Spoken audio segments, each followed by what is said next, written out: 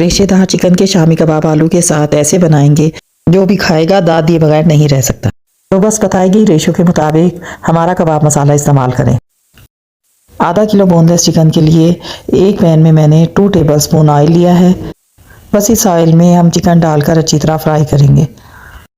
7 से 8 मिनट तक हमने इसमें चिकन को फ्राई करना है।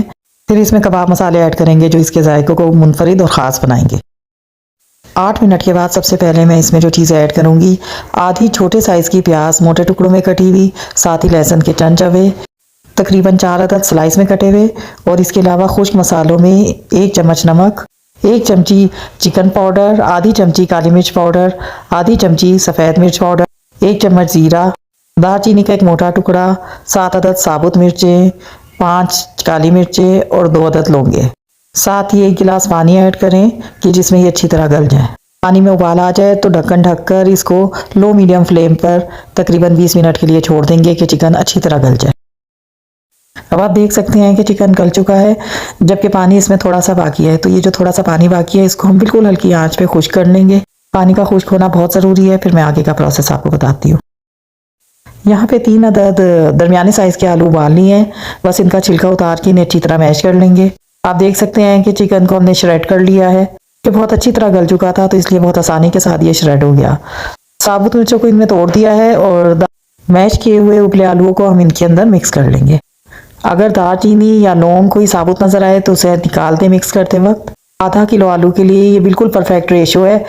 सब कटे हरे मसाले में 2 टेबलस्पून पुदीना बारीक कटा हुआ, आधा इंच अदरक का टुकड़ा और 4 हरी मिर्चें बारीक कटी हुई और 1 छोटे साइज़ की प्याज चॉप की हुई। इन मसालों को अच्छी तरह मटेरियल में मिक्स कर देंगे और बिल्कुल यकजान सा मटेरियल तैयार कर लेंगे। बस अब इसके शामी कबाब बना लेंगे। मैं जो कबाब बनाती हूँ वो दरमियान में से थोड़े से मोटे और किनारों से बारीक होते हैं। इससे ये कम ऑयल में भी बेहतरीन फ्राई हो जाते हैं। इस तरह मीडियम साइज़ के तकरीबन 15 से 20 कबाब इस मटेरियल से तैयार हो जाएंगे। चाहे तो फ्रेश फ्राई करें या फिर फ्रीज़ कर लें और बाद में फ्राई कर लें। जिस तवे पर हम पराठा बनाते हैं उसको कबाब फ्राई करने के लिए इस्तेमाल कर रही हूँ। थोड़ा सा ऑयल लिया है इस तवे पे मैंने, और अब इसके अंदर मैं ये कबाब अंडे में डिप करके रख रही हूँ। आंच हमारी मीडियम लो है। आप चाहे तो अंडा लगाए बगैर भी फ्राई कर सकते हैं। तवे पर फ्राई करने का ये फ़ायदा है कि कबाब कभी भी नहीं चिपकता और ये ऑयल भी बहुत कम लेते हैं। तो यहाँ पर मैं इन्हें फ्राई कर लूँगी। एक साइड हो जाए तो पलट के दूसरी साइड से। आप देख सकते हैं कि इन्होंने बिल्कुल भी ऑयल जस्ट नहीं किया। इसी तरह मैं सारे कबाब बारी बारी फ्राई कर लूँगी। तो बस जो कबाब मसाले की रेशो हमने इस्तेमाल किया उसकी वजह से ये कबाब इंतहाई मज़ेदार बनकर तैयार होते हैं। ज़रूर एक दफ़ा ट्राई कीजिएगा।